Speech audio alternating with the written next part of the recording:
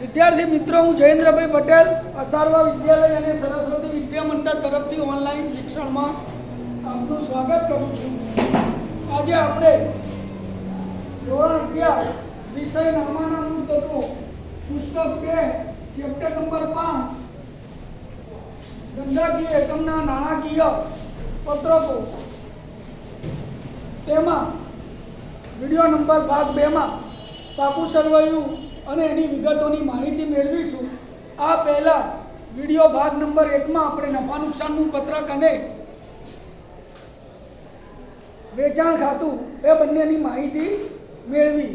હવે આપણે પાકું સરવૈયું એટલે શું એનો અર્થ પહેલા થોડોક તો સમજી ગયેલા છીએ, પરંતુ અત્યારે પાકા સરવૈયાનો અર્થ ફરીથી જોઈએ तो पाकू सरवैयु चौक्कस तारीखे धंधानी आर्थिक स्थिति दर्शावतुं पत्रक छे, जेने आपणे पाकू सरवैयु कहीए छीए। तो पाका सरवैयामां जे विगतो होय छे ए धंधानी कोई एक चौक्कस दिवसनी माहिती एमां रजू करवामां आवे छे अने पाकू सरवैयु ए पत्रक तरीके ओळखवामां आवे छे ने खातुं कहेवामां आवतुं नथी। ज्यारे वेपार खातुं ए खातुं छे, नफा नुकसान खातुं ए खातुं कहेवाय, त्यारे पाकू सरवैयु ए पत्रक कहेवाय अने कोई एक ज चौक्कस दिवसनी धंधानी आर्थिक परिस्थिति दर्शावे छे। पाकू सरवैयु एटले चौक्कस तारीखे धंधानी साची नाणाकीय स्थिति मापवाना हेतुथी तैयार करवामां आवतुं पत्रक। पाकू सरवैयु एवुं पत्रक छे जेमां एक बाजु धंधानी पेढीनी मूडी अने देवा केटला छे अने बीजी बाजू धंधानी मिलकतों ने लेना केटला छे दर्शाववामां आवे छे। अहींया बोर्ड पर आपणे एनो नमूनो तैयार कर्यो छे। श्री खाली जग्यानुं तारीख खाली जग्याना रोजनुं जो अहींया पूरा थता वर्षनुं एवो शब्द वापरवामां आवतो नथी। रोजनुं एटले जे दिवसे पाकू सरवैयु बनाव्युं छे ते दिवसनी धंधानी साची आर्थिक परिस्थिति ए रजू करे छे। बराबर। तो रोजनु पाकू सरवैयु एमां बे बाजू मूडी अने देवा, बीजी बाजू मिलकतो अने लेणा। मूडी अने देवा बाजू काचा सरवैयामांथी जमा बाकीओ दर्शाववामां आवे छे जे पाका सरवैयाने असर करती होय ते। मिलकत लेणा बाजू काचा सरवैयामांथी उधार बाकीओ दर्शावाय छे जे पाका सरवैयाने असर करती होय तेवी। पाकू सरवैयु तैयार करवानो मुख्य हेतु धंधानी साची आर्थिक परिस्थिति रजू करवानो छे। पाका सरवैयानी विगतो तो पाका सरवैयानी विगतोमां सौप्रथम आपणे जमा बाजुनी विगतो तकासीए। तो जमा बाजू सौथी पहेला ए धंधानी मूडी आवे, त्यारबाद मूडीमां वर्ष दरमियान वधारो थयो होय तो ते उमेरवामां आवे छे, मूडीनो વધારો। ત્યારબાદ એની અંદર મૂડી પરનું વ્યાજ પણ ઉમેરવામાં આવે। ત્યારબાદ જો ધંધાએ ચોખ્ખો નફો કર્યો હોય તે ઉમેરવામાં આવે વત્તા ચોખ્ખો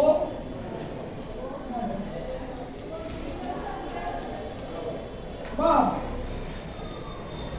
ધંધાના માલિકે વર્ષ દરમિયાન ધંધામાંથી કોઈ પણ રકમ उपाड़ी हो तो उपाड़नु असर आवे बाद उपाड़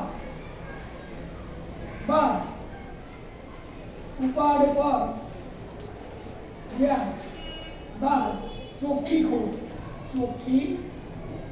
खो धंधाए नुकसान कर्युं होय तो खोटनी रकम पण अहींया बाद करवामां आवे छे। त्यारबाद जे रकम वधे ए धंधाना मालिकनी શું કહેવાય સાચી મૂડી, જે આપણે બાદના ખાનામાં દર્શાવીએ છીએ। ટૂંકમાં કાચા સરવૈયામાં રકમની પહેલાં પણ એક વધારાનું ખાનું દર્શાવવું હોય તો દર્શાવી શકાય, પણ આપણે ખાનું દોરીશું નહીં, જરૂરિયાત મુજબની જગ્યા છોડી અને એમાં રકમો લખીશું। ત્યારબાદ એની અંદર ધંધાના નફામાંથી અનામત તરીકે લઈ ગયેલી રકમ સામાન્ય અનામત એટલે કે જેને આપણે અનામત અને વધારા તરીકે ઓળખીએ છીએ। સામાન્ય અનામત જે આપણે આગળ શીખી ગયા છીએ જોગવાઈ અને અનામતોના શીર્ષકમાં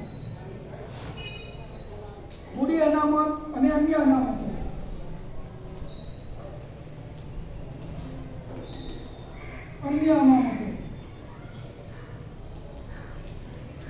એની રકમ આપણે પાકા સરવૈયામાંથી દર્શાવીએ છીએ। ત્યારબાદ કારીગર અકસ્માત વળતર ભંડોળ એ રકમ પણ આપણને કાચા સરવૈયાની અંદર આપેલી હોય છે અથવા તો ના આપી હોય તો નફા નુકસાનના પત્રકમાં એ દર્શાવેલી હોય। કારીગર અકસ્માત વળતર ભંડોળ કારીગર નફા ભાગ ભંડોળ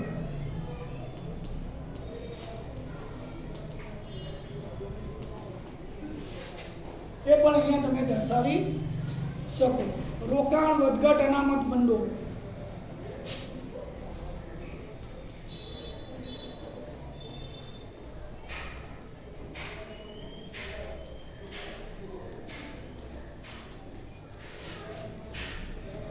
ત્યારબાદ બિન ચાલુ જવાબદારીઓ જે ધંધાની એવી જવાબદારીઓ છે કે જે વર્ષ દરમિયાન ચૂકવવી પડતી હોય છે અને બિન ચાલુ જવાબદારી લાંબા ગાળા બાદ ચૂકવવાની હોય। ચાલુ જવાબદારી હોય તો વર્ષ દરમિયાન ચૂકવવાની, બિન ચાલુ જવાબદારી લાંબા ગાળે ચૂકવવાની હોય છે। બેંક પાસેથી લીધેલી લોન જે આપણે હપ્તે હપ્તે ચૂકવતા હોઈએ છીએ। અન્ય નાણાકીય સંસ્થાઓ પાસેથી લીધેલી લોન આ બધું ધંધાનું શું કહેવાય? દેવું કહેવાય। શું કહેવાય? જે આપણે પૈસા બીજાને ચૂકવવાના બાકી છે।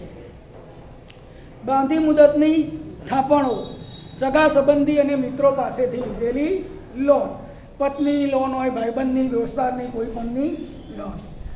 ચાલુ જવાબદારીઓ જે વર્ષ દરમિયાન ચૂકવવાની હોય છે। બેંક ઓવરડ્રાફ્ટ, પરચુરણ લેણદારો, દેવી હુંડીઓ, ચૂકવવાના બાકી ખર્ચા, અગાઉથી મળેલી આવક એ પણ ધંધાનું શું કહેવાય?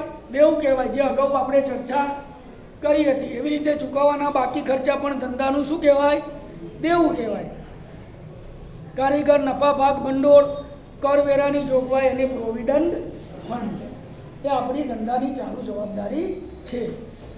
બિન ચાલુ મિલકતો ત્યારબાદ મિલકત રહેણાંક બિન ચાલુ મિલકતો જેને આપણે કાયમી મિલકતો પણ કહીએ છીએ। શું કહીએ છીએ? એની અંદર જમીન, મકાન, યંત્રો, ફર્નિચર અને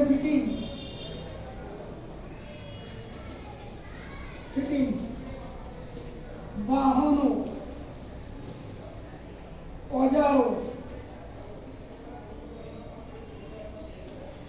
ડેડ સ્ટોક એટલે કરિયાણાની દુકાન હોય તો એ વજન કાંટો, પછી એના વજન તોલવા માટેના માપિયા, આ બધું શું કહેવાય? ડેડ સ્ટોક કહેવાય। પેટન્ટ, ટ્રેડમાર્ક, કોપીરાઇટ, પાઘડી પણ આવે આમાં કાયમી મિલકતોમાં। અને અદ્રશ્ય મિલકત કહેવાય। કેવી કહેવાય? પાઘડી, પેટન્ટ, કોપીરાઇટ, આ બધું આગળ શીખી ગયા છીએ આપણે। પેટન્ટ, પાઘડી, કોપીરાઇટ, ટ્રેડમાર્ક,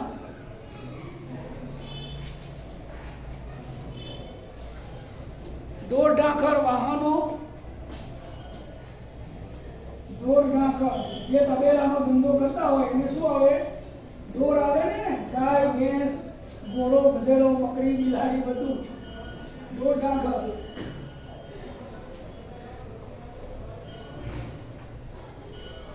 છૂટા ઓજારો,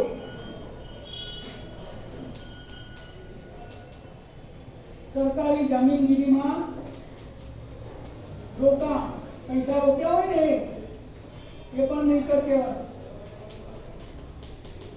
પ્રોવિડન્ટ ફંડના રોકાણો એ પણ મિલકત કહેવાય। શેર, ડિબેન્ચર્સ, બોન્ડ વગેરેમાં રોકાણો કર્યા હોય તો તે।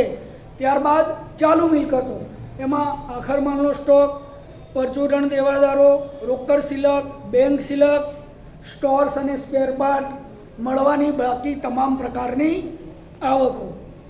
લોન અને ધિરાણ, ધીરેલી લોન, લેણી હુંડીઓ, કર્મચારીઓને આપેલી લોન, ખરીદી પેટે ચૂકવેલી એડવાન્સ રકમ, અગાઉથી ચૂકવેલા ખર્ચા અને નહીં માંડી વાળેલા ખર્ચ અને નુકસાન તથા પ્રસારિત મહેસૂલી ખર્ચ. પ્રસારિત મહેસૂલી ખર્ચ એટલા માટે મિલકત ગણાય કે એક વખત ધંધાનો ખર્ચ કર્યા પછી એ ખર્ચને એક જ વર્ષે નફામાંથી માંડી વાળવામાં આવતો નથી, પણ એ ખર્ચમાંથી અમુક ખર્ચ દર વર્ષે નફા નુકસાનમાંથી માંડી વાળવામાં આવે છે અને બાકી વધેલો ખર્ચ એ આપણે પાકા સરવૈયામાં મિલકતો બાજુ એ દર્શાવીએ છીએ, જેને અવાસ્તવિક મિલકતો પણ કહેવાય. દાખલા તરીકે જાહેરાત ઝુંબેશ ખર્ચ 5 વર્ષ માટે 1 લાખ રૂપિયા કરવામાં આવ્યો તો આ 1 લાખને 5 વડે ભાગતા કેટલા આવે? દર વર્ષે 20,000. તો 20,000 રૂપિયા દર વર્ષે નફામાંથી માંડી વળાય અને લાખમાંથી 20,000 બાદ કરીએ એટલે પહેલા વર્ષે 80,000 પાકા સરવૈયામાં, બીજા વર્ષે 20 બાદ કરો એટલે 60,000, ત્રીજા વર્ષે 20 બાદ કરો એટલે 40,000, એમ ક્રમશઃ એ માંડી વાળવામાં આવે છે. એવા ખર્ચાઓને બિન પ્રસારિત મહેસૂલી ખર્ચ તરીકે ઓળખવામાં આવે છે અને પાકા સરવૈયામાં મિલકતો તરીકે દર્શાવવામાં આવે છે. તો વિદ્યાર્થી મિત્રો, અહીંયા પેજ નંબર 126 ઉપર જે પાકા સરવૈયાનો નમૂનો આપેલો છે એ આપણા અભ્યાસક્રમમાં છે અને એ મુજબનું આપણે એ પાકું સરવૈયું એ તૈયાર કરીશું. જો અહીંયા ઉદાહરણ નંબર 4 જુઓ. દરેક વિદ્યાર્થી મિત્રો ઉદાહરણ નંબર 4 ઉપર ધ્યાન આપશે. કૃપાના તારીખ 31/3/2015 રોજ કાચા સરવૈયા પરથી વાર્ષિક હિસાબો તૈયાર કરો. તો અહીંયા આગળ આપણને કૃપાનું કાચું સરવૈયું આપ્યું છે, એના ઉપરથી આપણે વાર્ષિક હિસાબો તૈયાર કરવાના છે. તો આપણે આમાં વાર્ષિક હિસાબોમાં પાકું સરવૈયું, નફા નુકસાન ખાતું, વેપાર ખાતું અને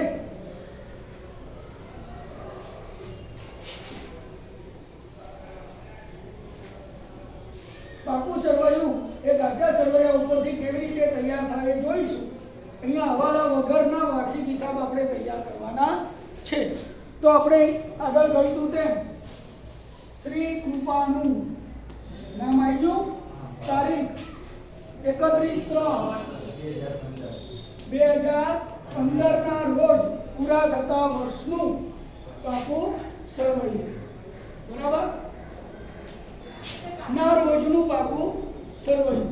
ત્યારબાદ કૃપાનું તારીખ 31/3/2015 રોજ પૂરા થતા વર્ષનું વેપાર ખાતું.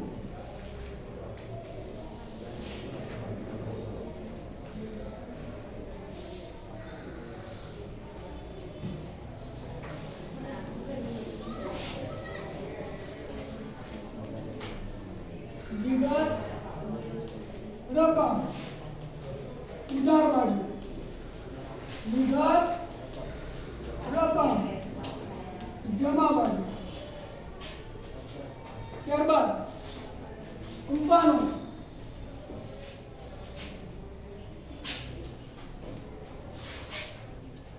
શ્રી કૃપાનું તારીખ 31/3/2015 રોજ પૂરા થતા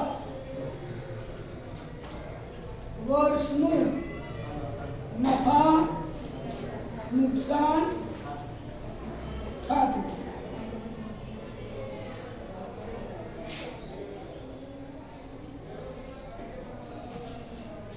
ચોપડીનું ઉદાહરણ નંબર 4 છે.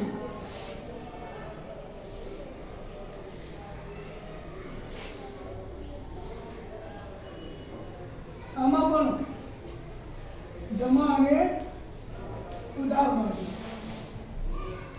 વિગત રકમ,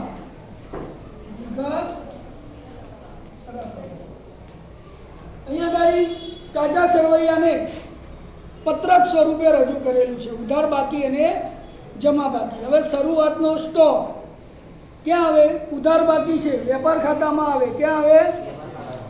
બરાબર. શરૂઆતનો સ્ટોક વેપાર ખાતામાં તમે અંદરના ખાનામાં દર્શાવી શકો. 60,000 છે. શરૂનો સ્ટોક 60,000 વત્તા ખરીદી આવશે.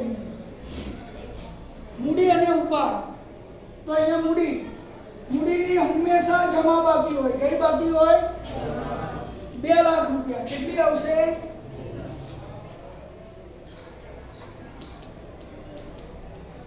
અહીંયા આપણે ઉપાડ લખીશું 12,000.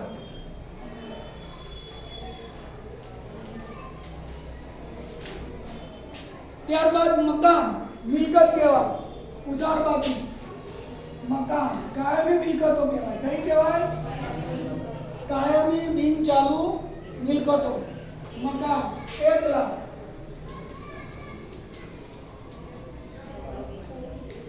યંત્રો એની નીચે એ પણ ઉધાર બાકી મિલકતો 50,000.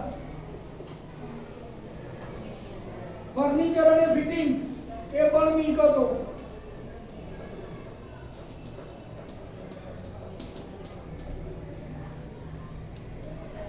10,000. ખરીદી ઉધાર બાકી 1,15,000. વેચાણ હંમેશા જમા બાકી હોય 3,16,000. અંદર એટલે લખીશું કદાચ વેચાણ પરત આપ્યું હોય તો આપણે બાદ કરવું પડે. મજૂરી વેપાર ખાતામાં આવે. જો મજૂરી અને પગાર આપ્યો હોય તો વેપાર ખાતામાં, પણ પગાર અને મજૂરી આપી હોય તો નફા નુકસાન ખાતામાં. મજૂરી 1,500. આવક માલ ગાડા ભાડું. આવક માલ ગાડા ભાડું એ પણ વેપાર ખાતામાં 3,000.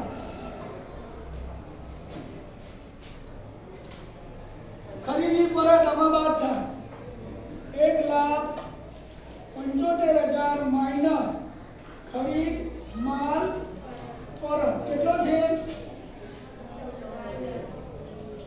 14,000 જમા બાકી છે.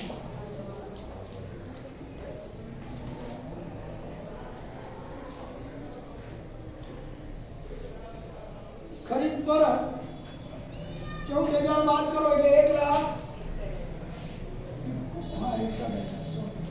61,000 બહારના ખાનામાં. વેચાણ પરત વેચાણમાંથી 10,000 બાદ થાય. વેચાણ પરત અહીંયા આવશે 3,06,000. બરાબર છે? બાદ થાય માલ પરત શું થાય? બાદ થાય. આપેલો વટાવ નફા નુકસાન ખાતાની ઉધાર બાજુ. આનો નફા નુકસાન થાય. આપેલ વટાવ ધંધાનો ખર્ચ છે અને વેચાણ વિતરણનો ખર્ચ કહેવાય 8,000. મળેલ વટાવ અહીંયા જમા બાજુ. પહેલી લીટી એટલે છોડી, ખોટ હોય તો અહીંયા આવશે, નુકસાન હોય તો અહીંયા કાચું 3,000. પગાર નફા નુકસાન ખાતાની ઉધાર બાજુ કેટલો છે? 48,000. જાહેરાત ખર્ચ એ પણ અહીંયા આવે. વેચાણ વિતરણ ખર્ચ, જાહેરાત ખર્ચ 4,000. જો હેડિંગ બનાવીને લખો તો ચાલે પરીક્ષામાં. વેચાણ વિતરણ ખર્ચ, ઓફિસ ખર્ચ, બરાબર, નાણાકીય ખર્ચ, અન્ય ખર્ચ. પણ આપણે મારે અહીંયા જગ્યા નથી એટલે નહીં લખતો હેડિંગ બનાવી. ભાડું અને વેરા 1,500. આ ઓફિસ ખર્ચમાં આવે. ભાડું અને 1,500. મળેલું વ્યાજ આવક બાજુ મળેલ વ્યાજ આવક બાજુ અને ચૂકવેલું વ્યાજ જાવક બાજુ આવે 1000. સ્ટેશનરી અને છપામણી 2000. ઓફિસ ખર્ચમાં આવે નફા નુકસાન ખાતાની ઉધાર બાજુ. હાથ પર રોકડ ચાલુ મિલકતો કહેવાય. કેવી કહેવાય? ચાલુ મિલકતો. હાથ પર રોકડ 10,000 છે. કેટલી છે જુઓ તો 10,000 ને. બેંક સિલક 80,000.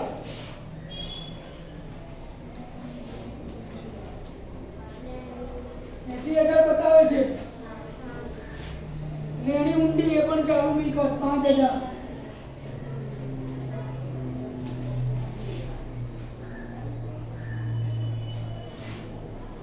દેવી ઊંડી ચાલુ દેવા જવાબદારી. ચાલુ જવાબદારી દેવી ઊંડી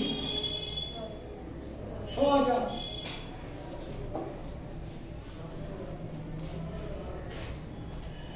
દેવાદારો ચાલુ મિલકતોમાં 80,000. લેણદારો ચાલુ જવાબદારીમાં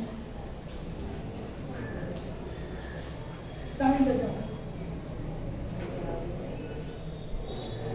જો આપણે વિગતો મૂકી હવાલા વગરનું છે. આ કેવું છે? વાર્ષિક હિસાબ. એક પણ હવાલો આપ્યો નથી. હવે સૌથી પહેલા આપણે કયો સરવાળો કરવાનો? વેપાર ખાતાનો. કયો કરવાનો? તો વેપાર ખાતાનું જમા બાજુનું ટોટલ કરો 3,16,000 થાય છે. આખર સ્ટોક આપેલો છે આ નીચે છે. 31/3/2015 ના રોજ સ્ટોકની મૂળ કિંમત 10,000 હતી. આખર સ્ટોકની બે કિંમત આપી છે 10,000 અને 12,000. હવાલો છે. શું છે? આખર સ્ટોક. બે કિંમત આપી હોય તો ઓછી કિંમત ધ્યાનમાં લેવાની. કઈ? તો 10 ને 12 માંથી 10,000 ધ્યાનમાં લેવાય. કેટલા લેવાય? અને આખર માલનો સ્ટોક હવાલો છે. એક આવે વેપાર ખાતાની જમા બાજુ. બીજું કાકા સર્વેમાં મિલકત લેણા બાજુ. ચાલુ મિલકતોમાં આખર સ્ટોક 10,000. એક હવાલો તો આખો બે અસર થાય તમારાની આપણે આપી. સરવાળો 3,16,000 માઇનસ 62 ને 3 65. 1,65,500. જુઓ તો ટોટલ 14. બરાબર છે મારું? હા, બાર જુદો આપેલો છે. શરૂનો સ્ટોક 60,000 મેં ખરીદીમાં ઉમેરી દીધો. હવે 1,65,500 એટલા થાય ને? જુઓ બાદ કરો 3,16,000 માંથી 1,65,500. કાચો નફો આવ્યો. શું આવ્યો? જો જમા બાજુનો સરવાળો વધારે હતો ને તો એમાંથી ઉધાર બાજુનો સરવાળો બાદ કર્યો. કાચો નફો ક્યાં લઈ ગયા? નફા નુકસાન ખાતે. ક્યાં લઈ ગયા? નફા નુકસાન ખાતે લઈ ગયા.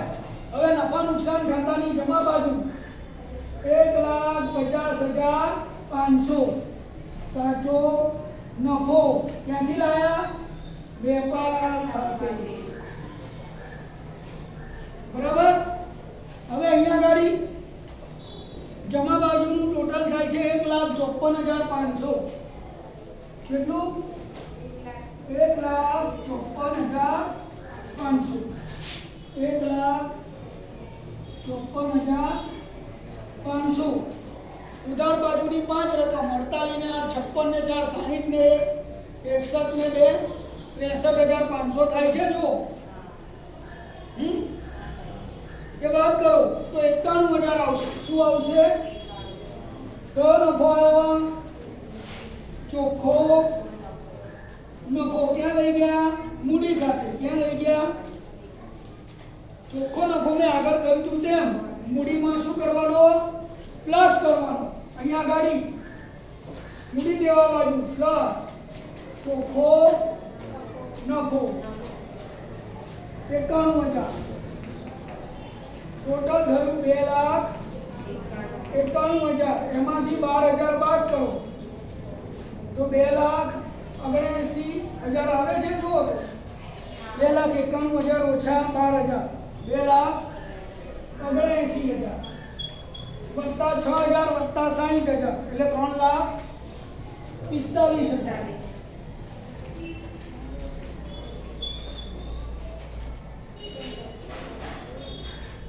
પતી ગયું મિત્રો? તો બાજુમાં 3,45,000 થઈ જશે. તો આ થયો આપણો વાર્ષિક હિસાબનો દાખલો. એમાં એક જ હવાલો હતો ખાલી આખર માલના સ્ટોકનો. દરેક વિદ્યાર્થીએ ઉદાહરણ નંબર 4 જે પુસ્તકમાં આપ્યું છે એ ગણવાનું રહેશે. હવે પછીના વિડીયોમાં આપણે વાર્ષિક હિસાબોમાં સમાવતા હવાલાઓની ચર્ચા કરીશું અને ત્યારબાદ વાર્ષિક હિસાબના દાખલા હવાલા સાથેના ગણીશું.